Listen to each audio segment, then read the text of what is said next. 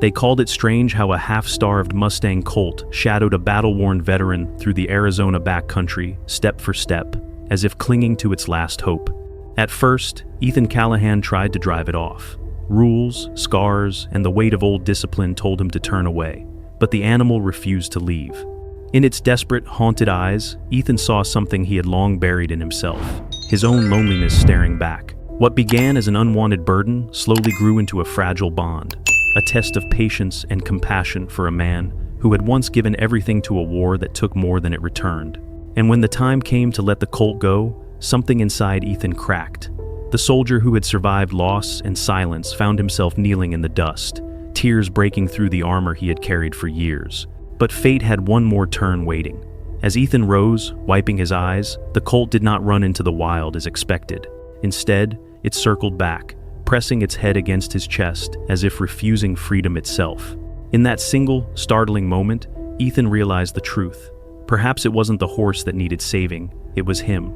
His only constant companion was Dakota, a broad-shouldered gelding whose brown coat had long since dulled with age. The horse had carried Ethan for years across these trails, steady and reliable, his eyes dark with a calm wisdom that reminded Ethan of old sergeants who had ever seen everything and wasted no words.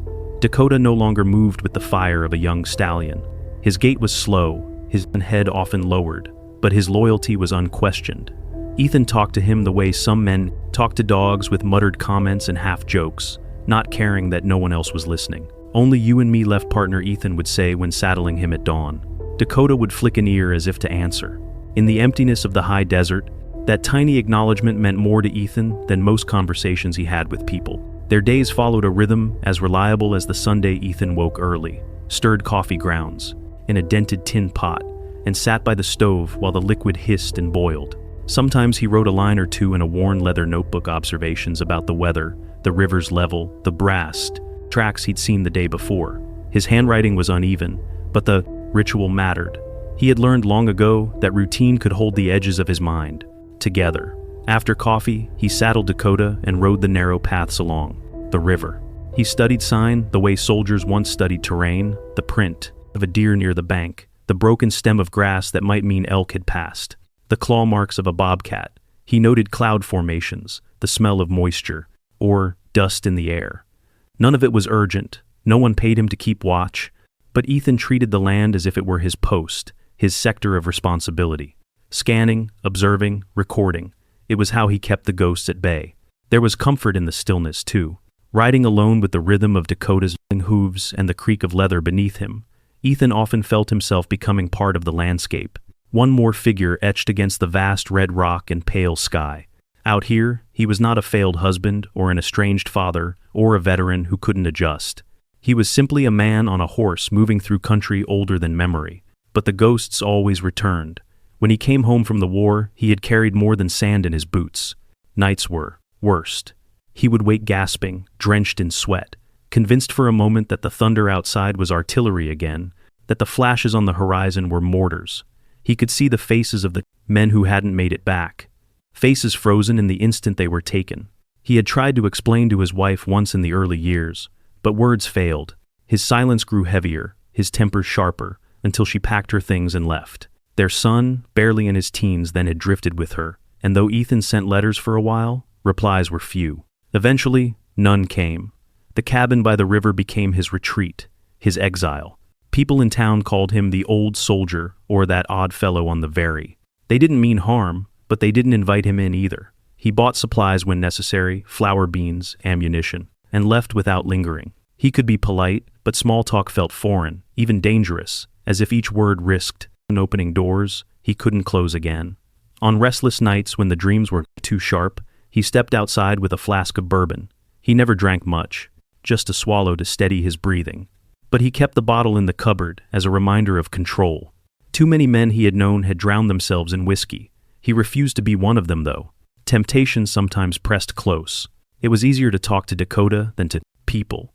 Easier still to talk to the river. Sitting on the porch, he would listen to the water's slow murmur and tell himself it was carrying his nightmares downstream, diluting them until they no longer mattered.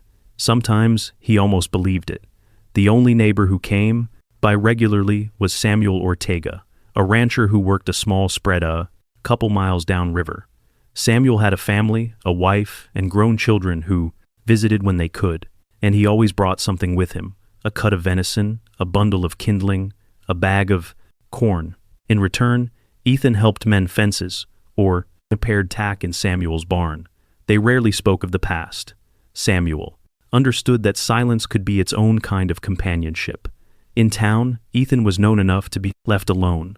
People respected his service, even if they didn't understand him. Some called him a loner, others a man broken by war. He didn't correct them. It was simpler to let them believe what they wished. If they thought him eccentric, at least they didn't pry. The truth was, he had built his life into a shell, each habit another layer of armor.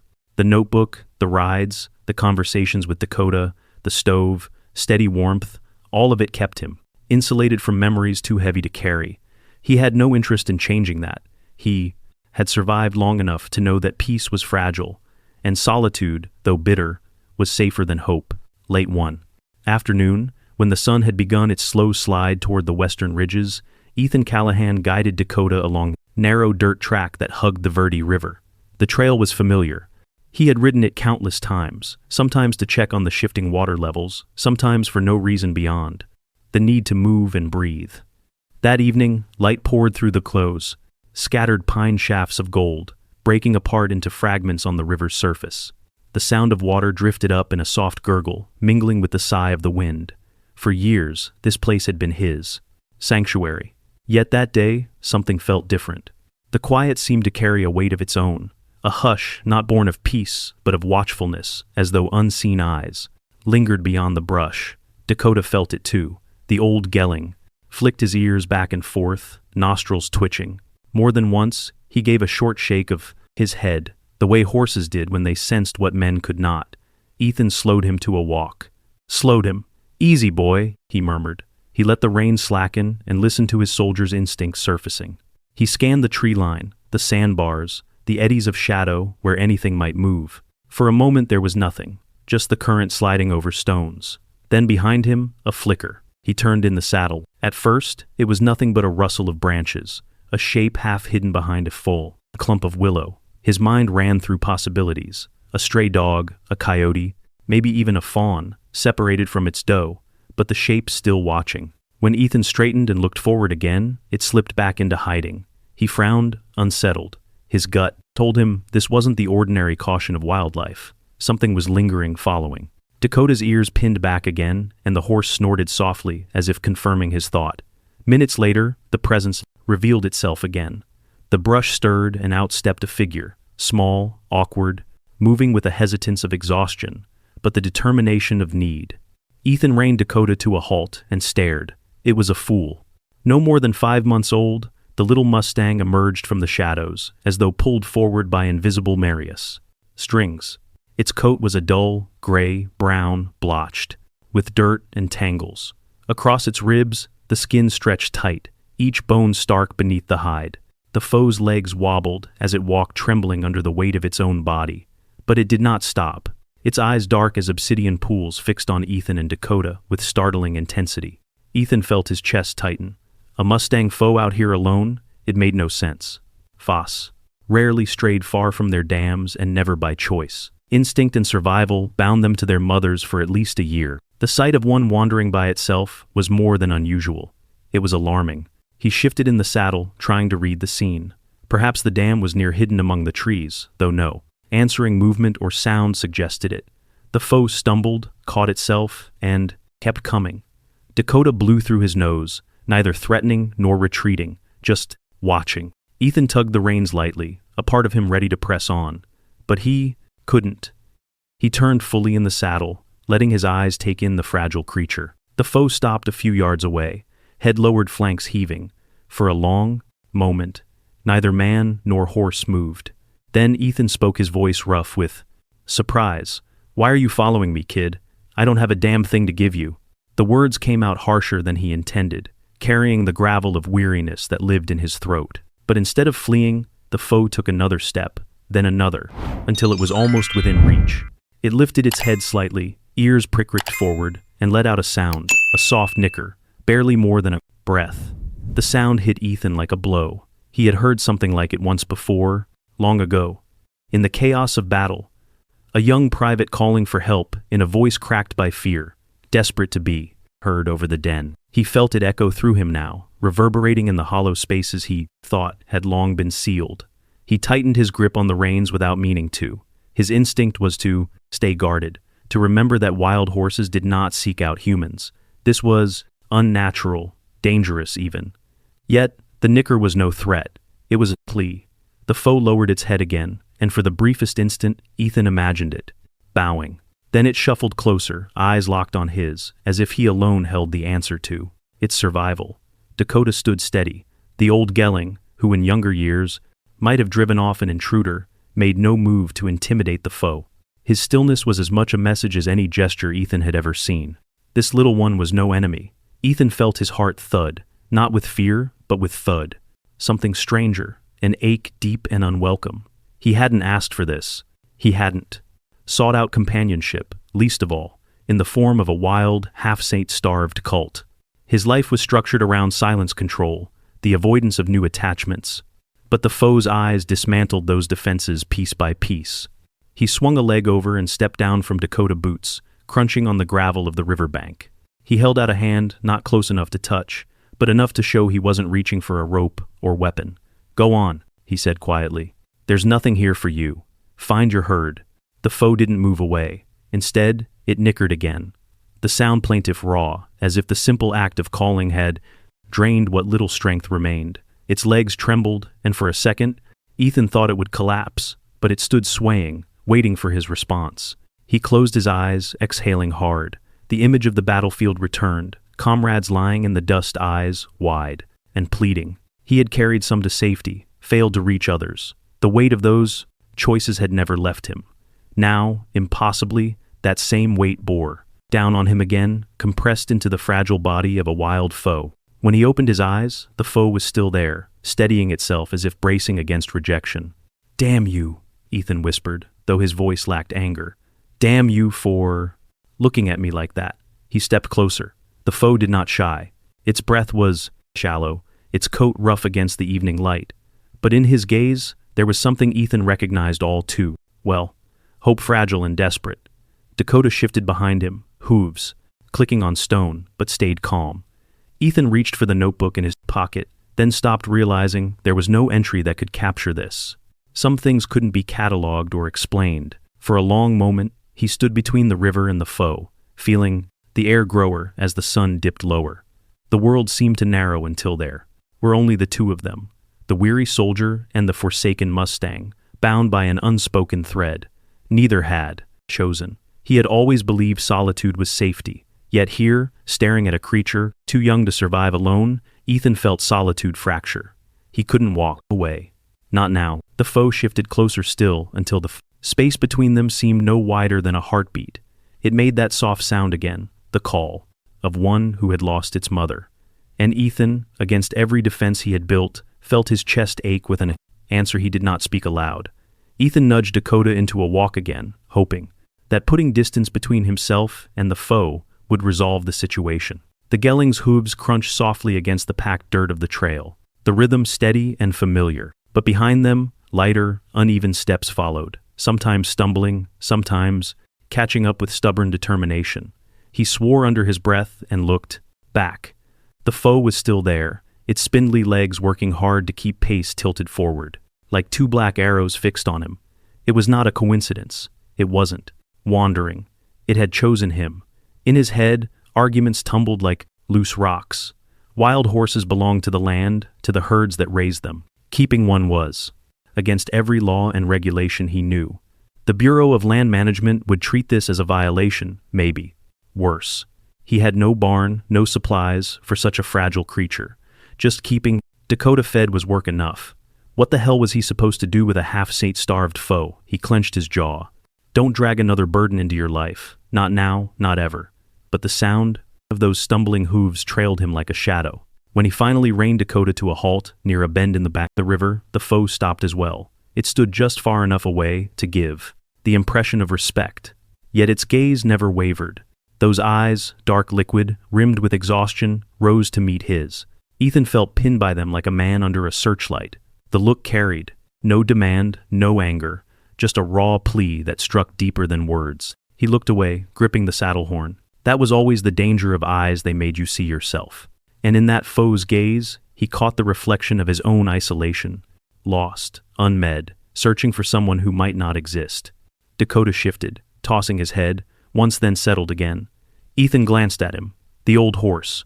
Didn't pin his ears, didn't snort, or push the intruder away. Instead, he looked back at the foe with a calmness that unsettled Ethan. And animals were good at reading one another. If Dakota wasn't bothered, what did that mean? That the little one had already been accepted. "Don't you start too?" Ethan muttered, patting Dakota's neck. But the truth nagged him. Dakota's stillness was a kind of permission. The horse who had shared his solitude for years now seemed willing to let another inside. The foe's eyes pulled him back, dredging up memories he had buried under years of silence. He saw the face of Corporal Jameson, barely 20, calling out as shrapnel tore into their unit. Ethan had dragged him to cover blood, soaking his uniform. But Jameson hadn't made it. The look in his eyes, pleading desperate, had never left Ethan. And then, crueler still, another memory surfaced. His son, 10 years old, standing in the yard as Ethan prepared to leave for another deployment. The boy had looked up at him with that same silent appeal. "Don't go, stay with me." Ethan had gone anyway.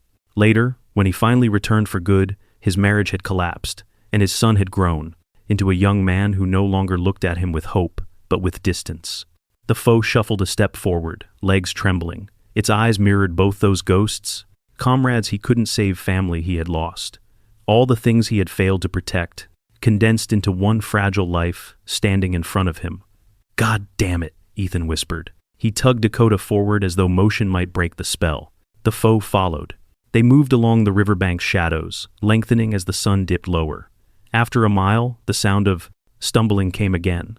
Ethan turned in time to see the falter, knees buckling. Dust billowed as it hit the ground, legs sprawled awkwardly.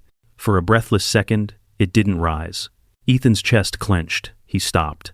Dakota torn between dismounting and riding on. Logic screamed, "Let nature take its course. That's how it works out here. Survival of the fittest." But then the foe stirred.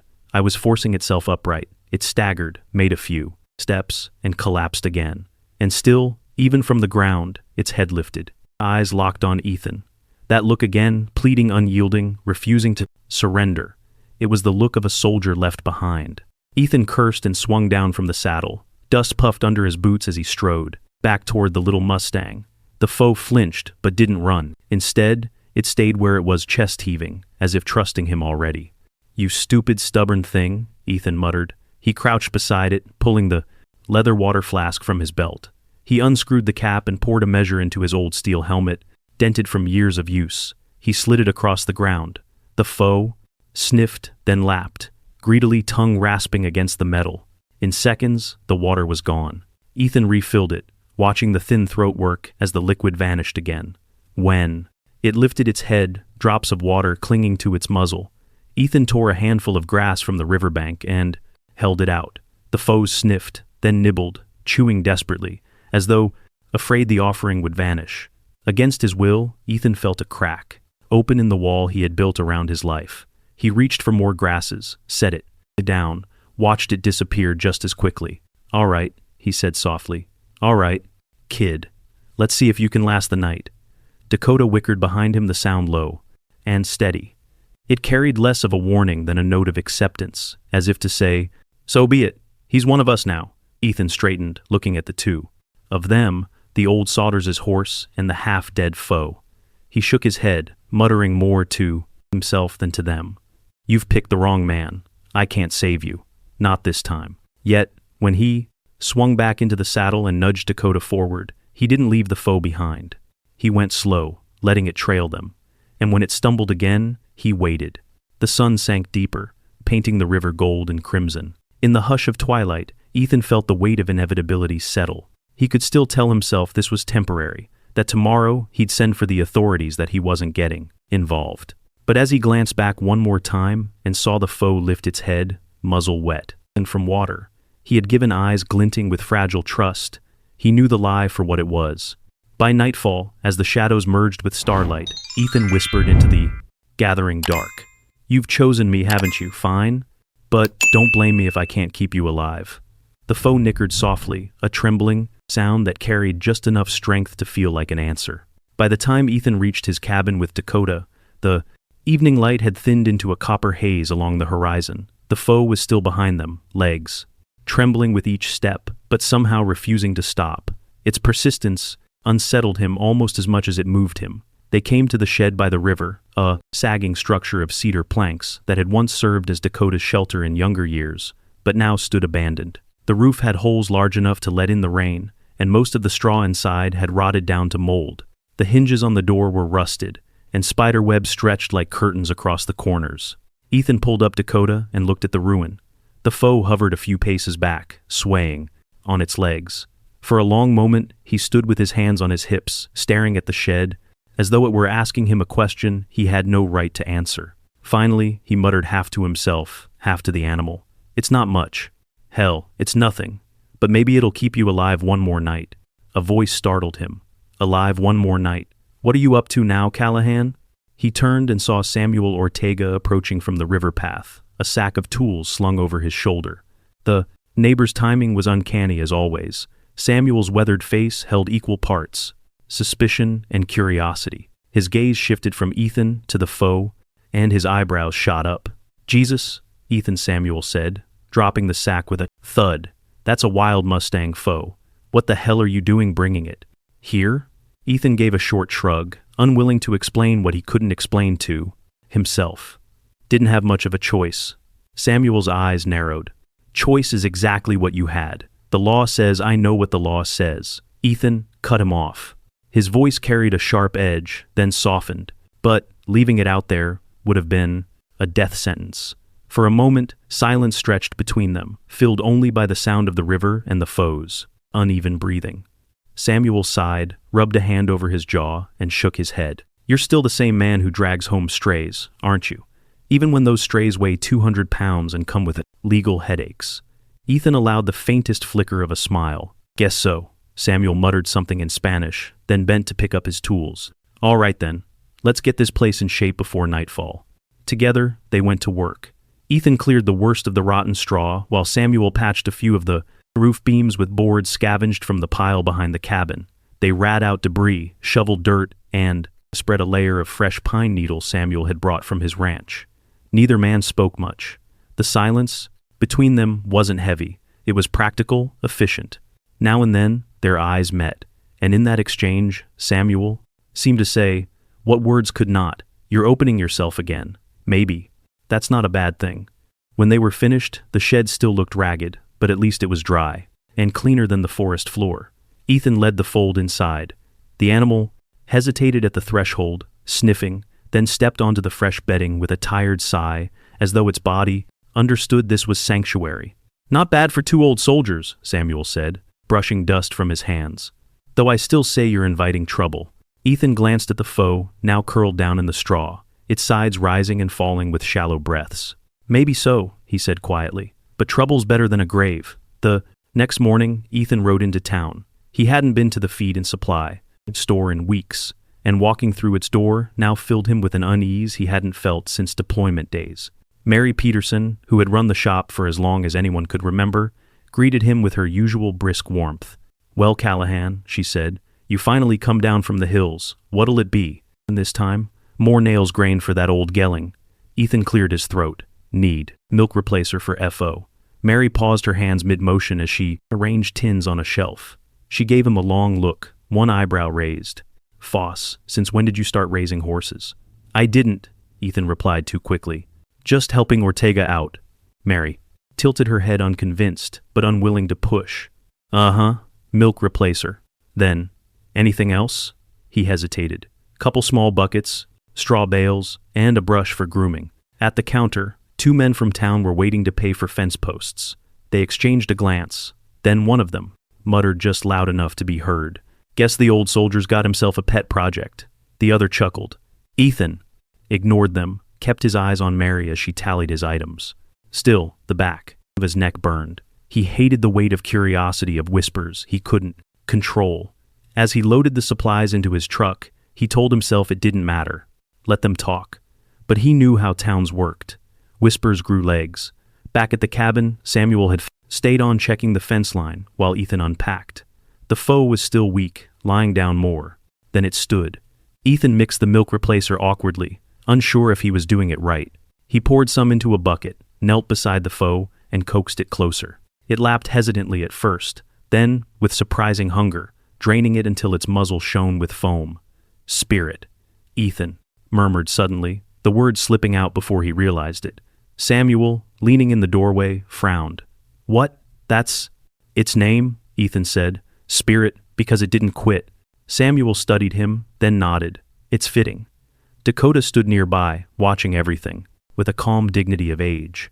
At first, he had seemed indifferent, but over the days he drew closer, even standing guard at the shed door while the foe ate.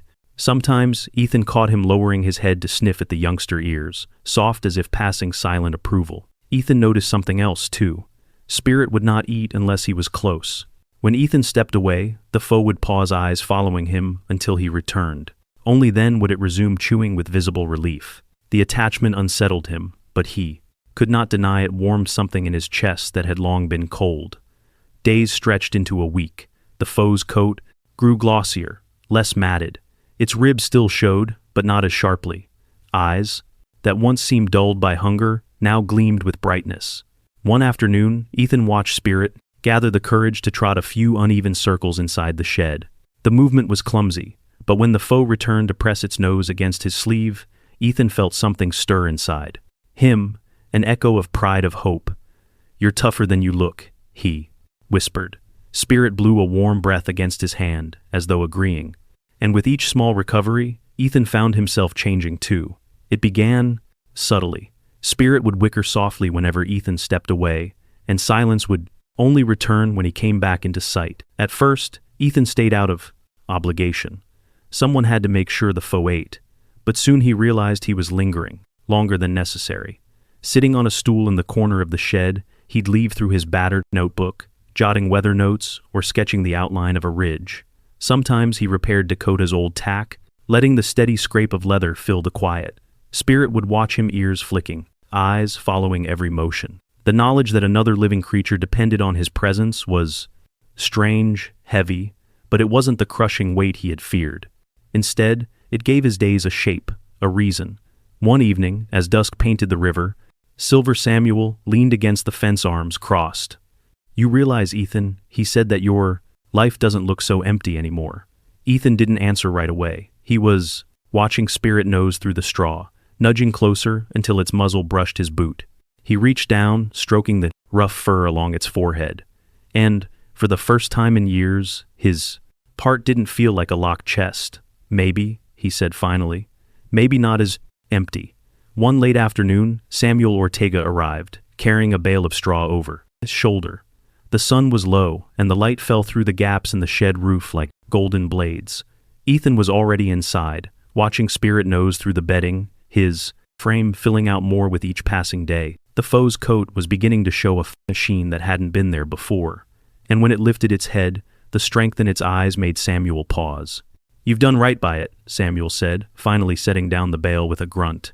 His tone, however, was cautious rather than congratulatory. Ethan didn't answer, just straightened the pitchfork he'd been using. Samuel leaned on the stall door, arms crossed, eyes narrowing. "You know what this means, Ethan? Raising a Mustang isn't like nursing a stray dog. You're keeping government property in that shed." Ethan's stiffened jaw working. Samuel sighed, his voice rough. "Cowbeat, Rue.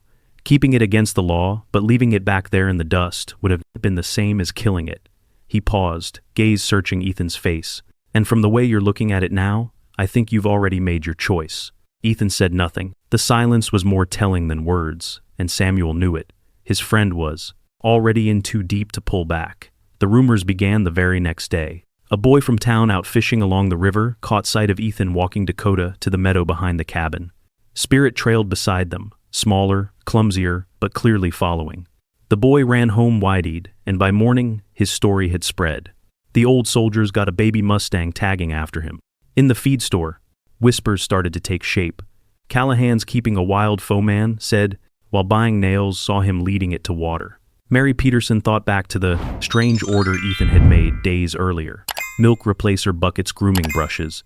She didn't repeat it outright, but her silence left room for speculation. By the time the story circled through the diner and the post office, it had taken on its own life. Some chuckled at the image of Ethan Callahan, gruff, recluse, saddled with a foe clinging to his heels. Others frowned, muttering about the dangers of meddling with wild stock. "That kind of animal belongs out there," one rancher said, jerking his chin toward the open land. "Not in some shed by the river. You start bending the rules, sooner or later, you'll pay for it." Ethan heard about the talk from Samuel 2 days later. "Word's out," Samuel said, chewing the inside of his cheek. "Folks think you've adamant, gone soft. Some think you're just crazy enough to keep it. Either way, it won't stay quiet for long." Ethan's chest tightened. The piece he had carved out along the Verdiad had always been fragile, but this was different. Rumors had a way of carrying farther than the river's current. That evening, he stood outside the shed while Spirit nudged his shoulder, warm, breath fanning against his sleeve. The foe nickered softly, a sound that had once pierced his defenses and now seemed woven into the rhythm of his days. Each time Ethan thought of letting go, that sound anchored him again. But with each note came guilt, because keeping Spirit meant turning his back on the very laws he had once sworn to uphold. The intrusion came sooner than he expected. Deputy Carla Ruiz pulled up in a dust-streaked cruiser just past noon. Ethan recognized the sound of the engine before it even came into view, and his stomach clenched. Carla had been a fellow soldier once, a different branch. Same war years earlier on a night that had nearly ended in disaster. He had dragged her out of a burning convoy. They had never spoken of it much, but the debt was there. She stepped out now, in uniform, the silver badge catching sunlight, her dark hair pulled back tightly. Her expression was guarded professional, but her eyes softened a fraction when they landed on him. "Ethan," she said in greeting, her voice level. "Carla," he replied. He kept his hands loose at his sides, though he felt the tension buzzing under his skin. "I've been hearing things," she began, "about a fool. About you?" Ethan didn't deny it. He simply wet his face, impassive. Carla exhaled slowly, crossing her arms. "You were a soldier. You understand discipline, chain of command. You know what it means when regulations exist." Ethan's voice was low. "Discipline never taught me to walk away from a life hanging by a thread." Her gaze sharpened, searching his. "So, it's true then. You've taken it in." He gave the faintest nod. Carla's jaw tightened, but she didn't reach for her radio or a citation pad. "Ethan, I respect what you've done. God knows I understand better than most, but feelings aren't going to shield you. The Bureau hears about this, and it won't be me knocking at your door. It'll be men, with papers and trailers, and they won't ask nicely." She hesitated, then added more quietly. "This time, Ethan, your heart's winning out over your head." His throat worked before he answered. "If that's a crime, then so be it." For a moment, the two of them simply stood there. The deputy bound by law, the veteran bound by something he couldn't quite name. Carla finally shook her head, weary rather than angry. "I won't file anything today, but I can't protect you. Forever. Think about what you're risking." She turned and walked back to her cruiser, her boots crunching on gravel. The door slammed shut and the engine faded down the dirt track, leaving silence in its wake. That night, Ethan sat outside the Rillamie, shed with his back against the rough wood. Spirit rested inside, curled in. The straw. The foe lifted its head once, ears twitching, then slowly lowered it again, until its muzzle pressed against Ethan's shoulder through the slats. He closed his eyes. Two worlds tugged at him from opposite directions. One built on rules, order, and the duty of a citizen. The other built on compassion, memory, and the chance at redemption.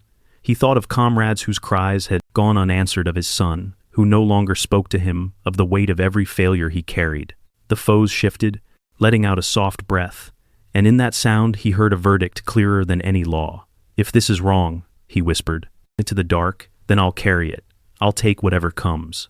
Spirit leaned harder against him, and the choice was sealed. Sleep didn't come easily in the days that followed. Every distant bark of a dog sent him to the window, every crunch of gravel along.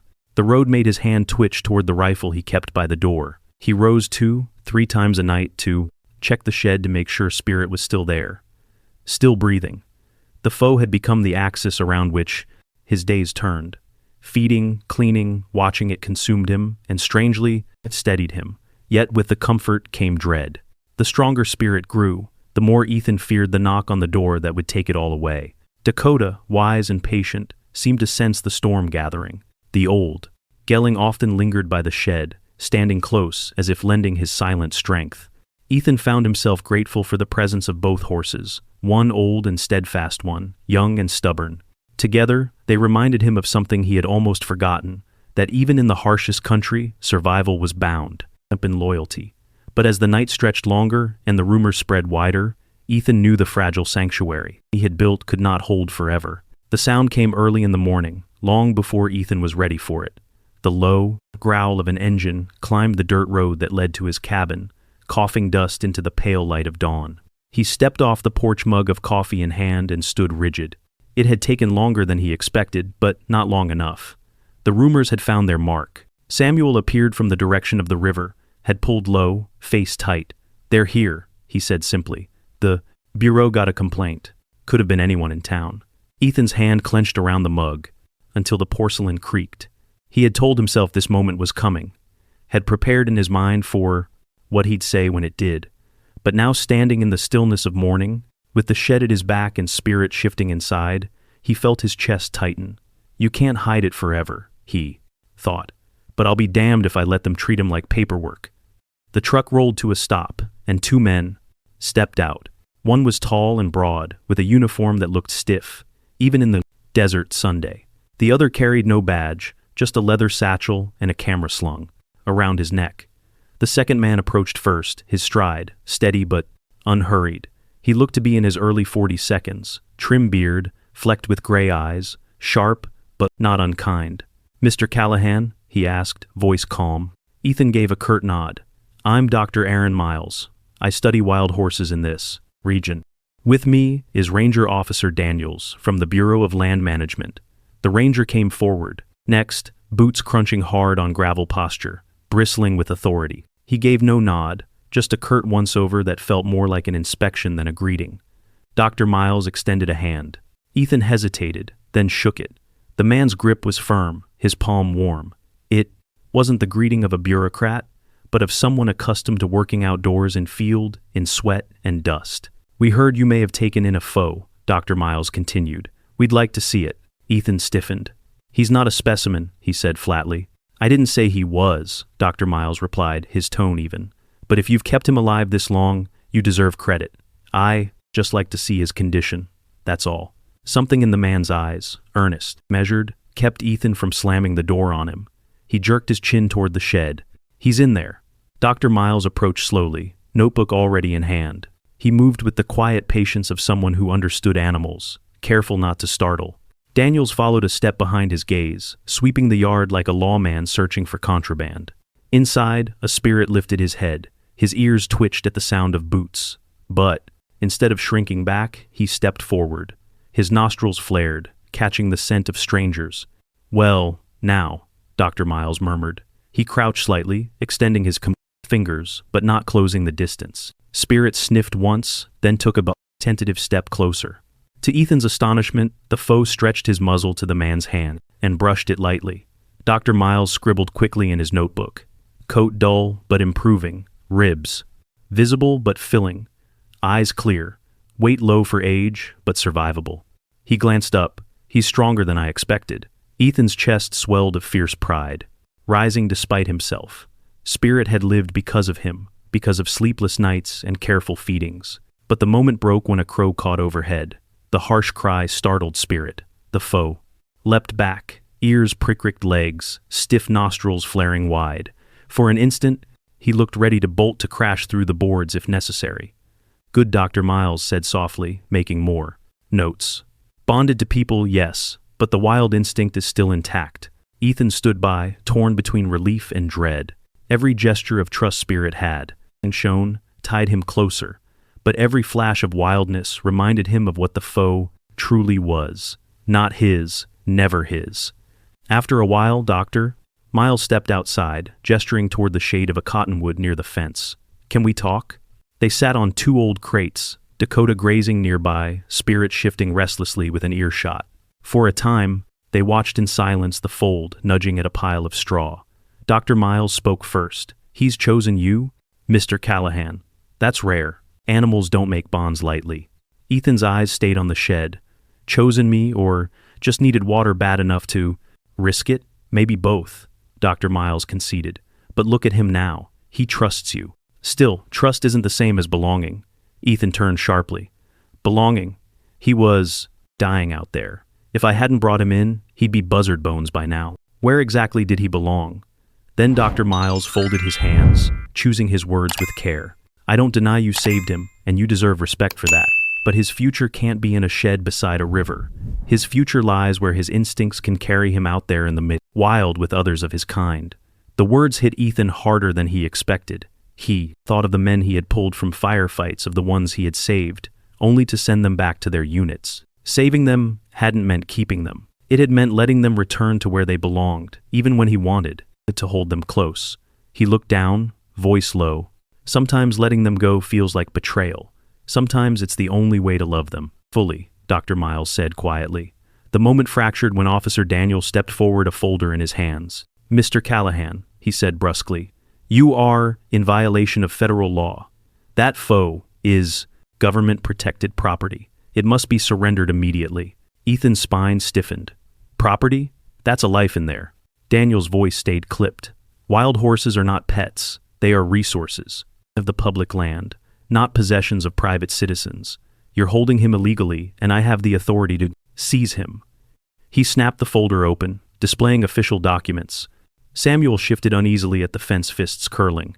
Ethan's pulse hammered. He had expected bureaucracy, but not the bluntness of this man's tone. Spirit was no resource, no line in a ledger. Dr. Miles intervened quickly. Daniel, slow down. This isn't a poacher. This is a man who kept a foe alive when it should have been dead. That deserves consideration. Daniel's jaws set. Consideration doesn't erase the law, and the law doesn't erase compassion. Ethan snapped back. His voice carried a hard edge now, the same one that used to surface in battle briefings. I didn't steal him. I found him. Starving. Tell me, would your rules have saved him, or just left him to die in the render? Dust? Daniel's glare was sharp, but Dr. Miles raised a hand. Enough, both of you. We'll record the case. We'll evaluate properly. There's no need for threats today. Daniels muttered something under his breath, but he closed the folder. Ethan's fists unclenched, though his heart still pounded. By the time the truck pulled away, the sun was high and the yard felt emptier than it had that morning. Ethan sat on the porch steps, elbows on his knees. Spirit wandered to the edge of the shed, ears flicking at flies, then ambled over, and pressed his head gently against Ethan's shoulder. The touch cut deeper than any argument. The foe didn't know what had transpired, didn't know he was the subject of disputes and paperwork. All he knew was that Ethan was safe, and where Ethan was, he found calm. Ethan buried his fingers in the coarse mane, eyes closed. Dr. Miles's words echoed inside him. Sometimes loving means letting go. He hated how true they sounded. He hated more the thought that Spirit's place in the world might not include him. Samuel appeared, his boots crunching softly. He didn't sit, just stood nearby, giving Ethan space. His voice was quiet but firm. You can't keep him forever, Ethan. You know that. But don't forget, you saved him. That's yours to carry. That'll always be the truth. Ethan opened his eyes, staring at the foe who leaned trustingly into him. His throat tightened, but he nodded. I know. Yet inside, the knowledge didn't ease. The yash. It only made it sharper. The days after Dr. Miles and Ranger Daniels left seemed to pass in a kind of suspended time. Ethan felt every hour more acutely, as though the desert sun itself had slowed, just to force him to linger in dread. He knew everyone knew that the Bureau would be back.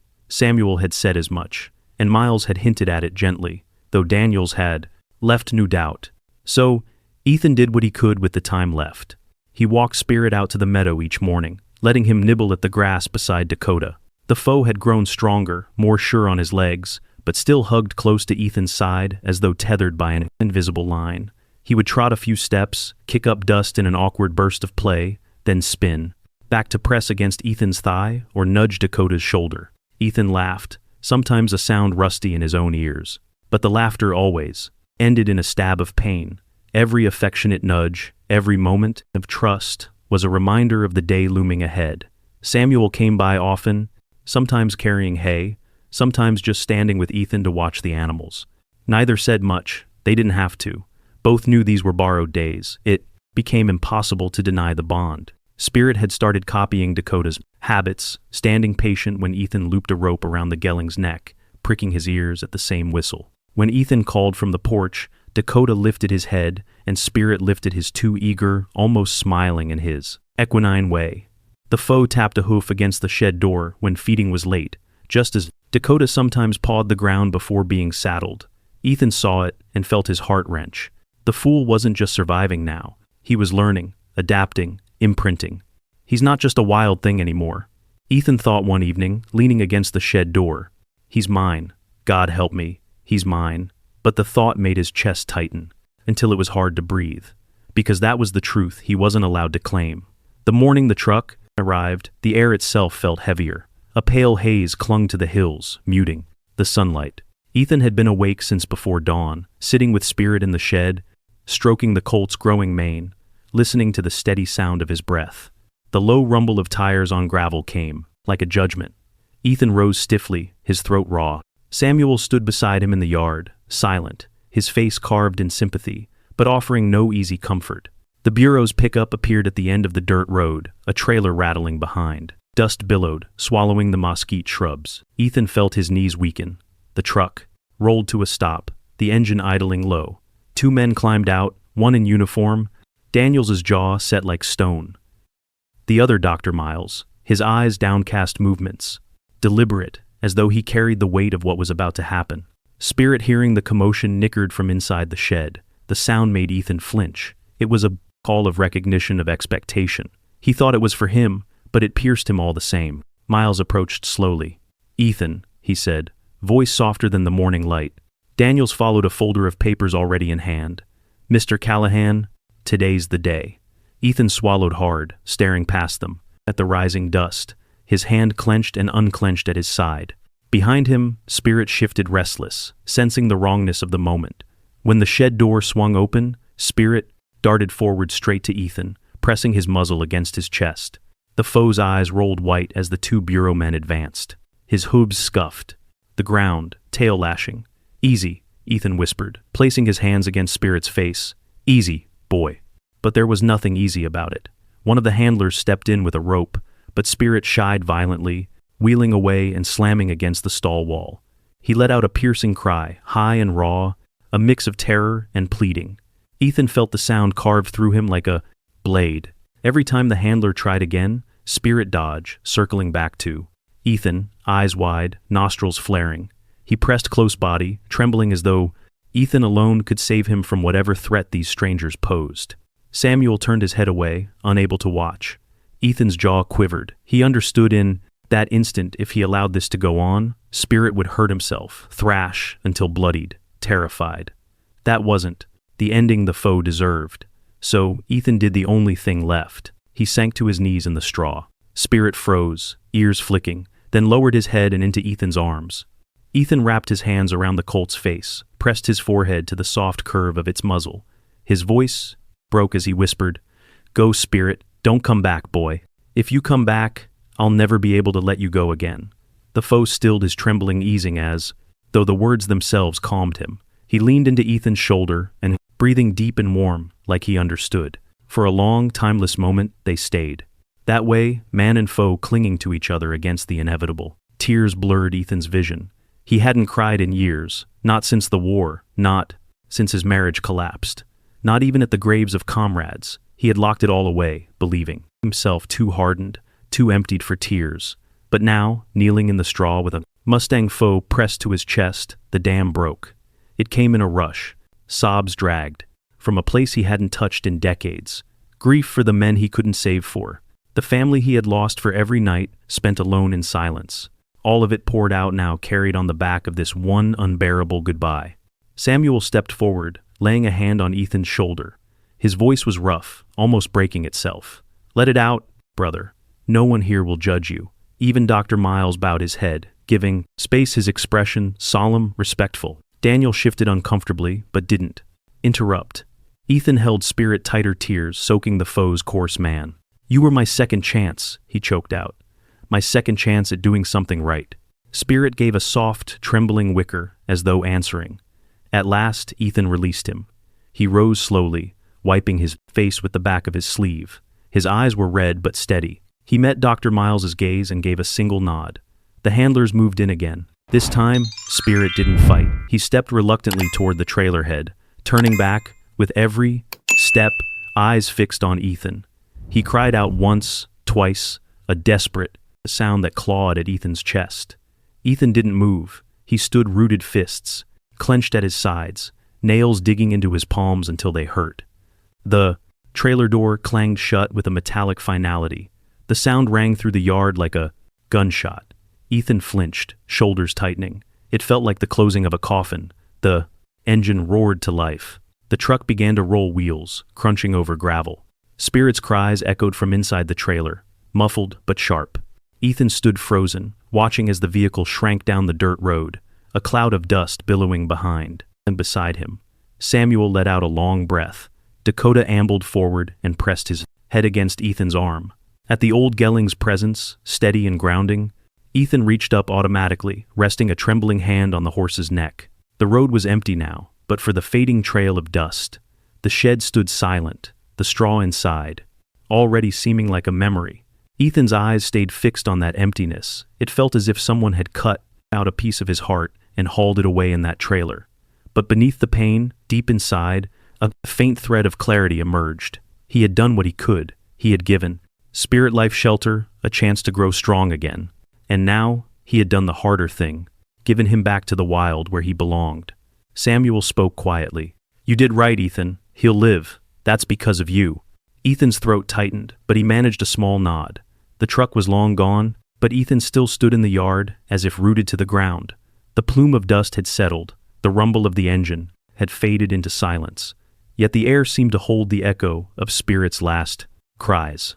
Each note clung to him like smoke lodged in his chest, impossible to breathe out. He closed his eyes, but that only sharpened the memory. Spirit's head jerking back at the ramp, those wide, dark eyes turning to him in desperate appeal. The high, thin whinny that sounded like a soldier calling for help across the chaos of battle. Ethan knew with grim certainty it would never leave him. He had heard many sounds that haunted him over the years. Mortar shells, the scream of torn metal men gasping their final breaths. Now Spirit's voice joined them, not in horror, but in the same place where the best, unshakable memories lived. It was another call he could never forget. Every time he blinked, he saw that last look, eyes both trusting and desperate, pleading and yielding. It branded itself into him, a scar deeper than any wound his body had carried home from war.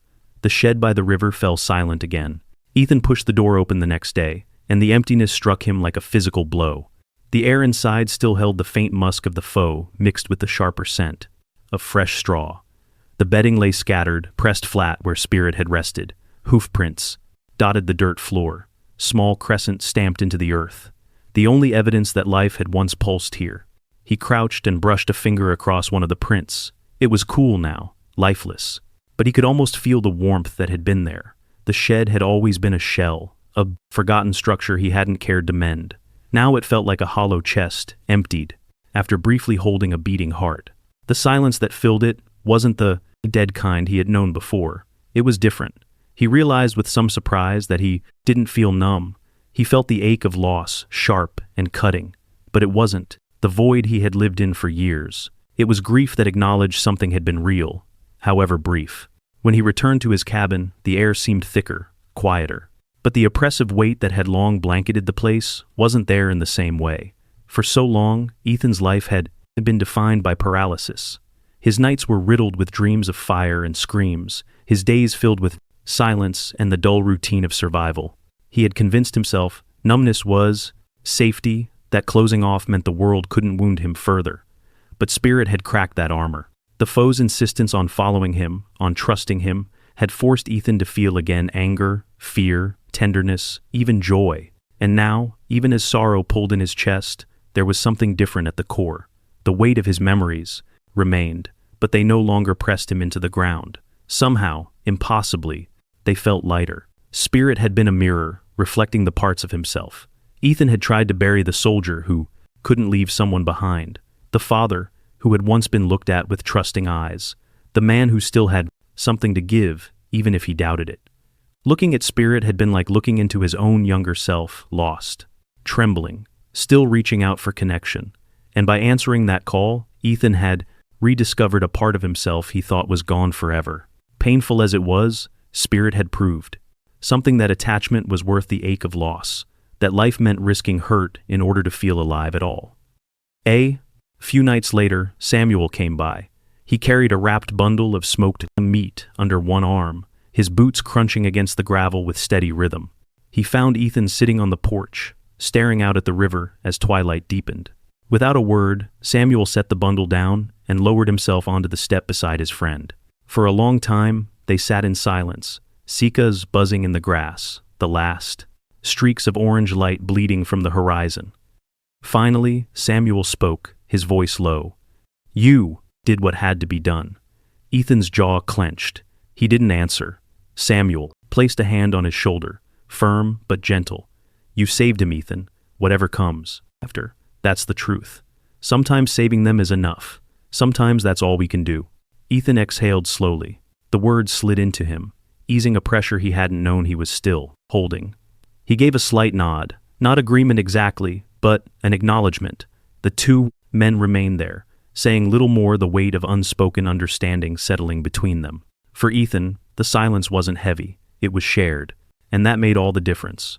On other nights, Ethan would sit on the porch alone, Dakota grazing nearby. The land spread wide before him. The plains rolled out like an ocean of grass, silvered by moonlight or flushed gold by sunset. When the wind stirred, it swept across the fields in waves, carrying whispers that felt almost like voices. Sometimes, when the gusts were strongest, he thought he heard hoofbeats within them, a distant drumming, faint but steady, as though Spirit were still running somewhere beyond sight.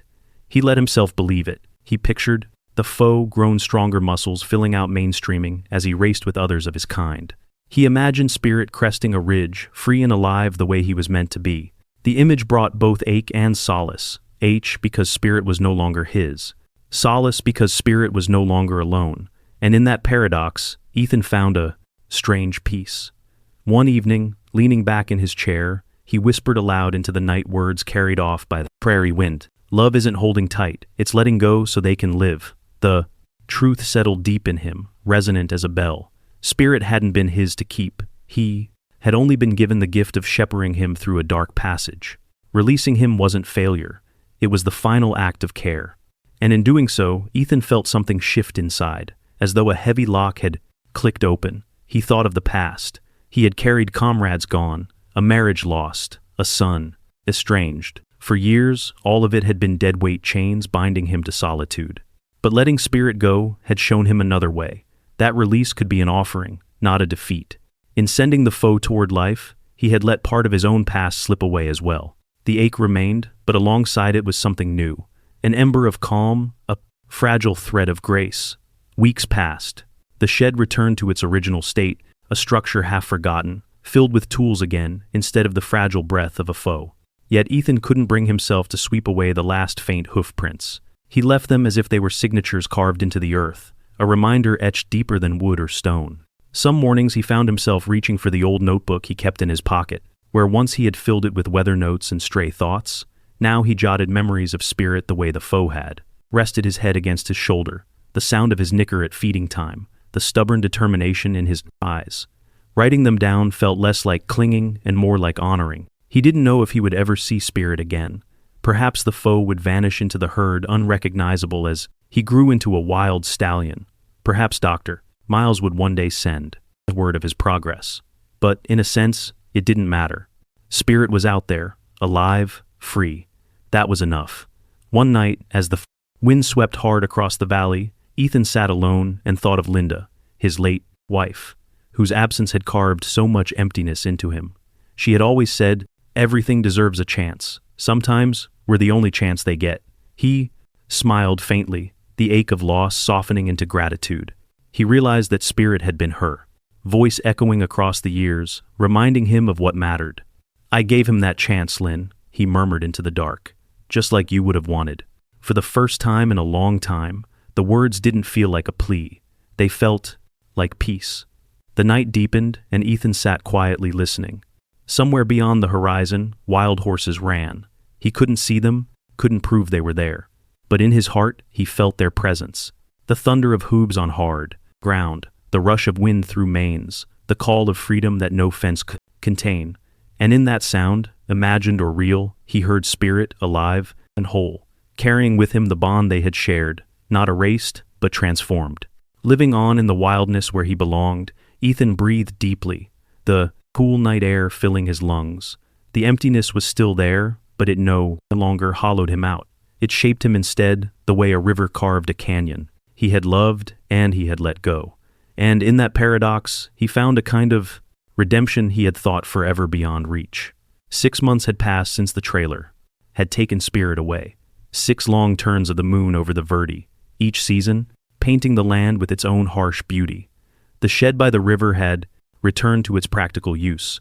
Ethan kept tools inside, now spare, lumber stacked in the corner, an old saddle resting across a beam.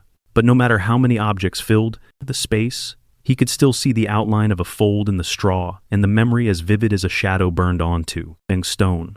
Life had not gone back to what it was before. It couldn't. Ethan moved differently now, less like a man trudging through survival. He still rose before dawn, still brewed coffee on the old wood stove, still rode Dakota along the riverbanks. But the rides were no longer just about warding off ghosts. They had become rituals of watching, listening, searching for something he could never quite name. Dr. Miles's notes arrived from time to time, brief but steady. The colt is thriving, strong now, part of a small herd in the high country. Once, there had even been a photograph grainy, taken from far away, but clear enough. Spirit, no longer fragile, but a sleek young Mustang, his mane wild in the wind. Ethan had stared until the ink blurred, his throat burning. He pressed that photo into his journal, between pages of weather notes and sketches, like a medal earned in silence. At night, the faint thunder of hooves sometimes drifted on the wind. Real or imagined, Ethan stopped questioning. It told him what mattered. Spirit was running, free and alive. Samuel saw the shift in him. One evening, as they mended a fence, Samuel said, "You look different, hermano. Lighter." Ethan smiled, small but real. "Maybe I am," Samuel chuckled. "That colt carried a piece of you away, but maybe he left something behind." Ethan didn't answer, but he held the thought close. Then, one cold dawn, mist lifting from the river, Ethan froze. Movement on the far ridge, a band of horses silhouetted against the pale sky. Among them, a dark mane tossed in the wind, slender legs cutting through the light. His breath caught. The herd crested the ridge, vanishing into the high country, leaving only silence and dust. Ethan exhaled, aching and grateful all at once. Whether it was Spirit or not, he couldn't be sure. But just as he turned Dakota toward home, a sharp whistle cut through the morning air. Ethan's eyes widened. From the ridge, one horse had broken away, standing alone against the sunrise. Spirit or something more lifted its head and answered with a cry that echoed through the canyon. Then, as suddenly as it appeared, it bolted back into the wild. Ethan sat stunned, heart hammering. It was no longer just knowledge that Spirit was free. It was proof fleeting, undeniable, and his alone. And in that moment, he realized freedom was not only for the colt, it was his too.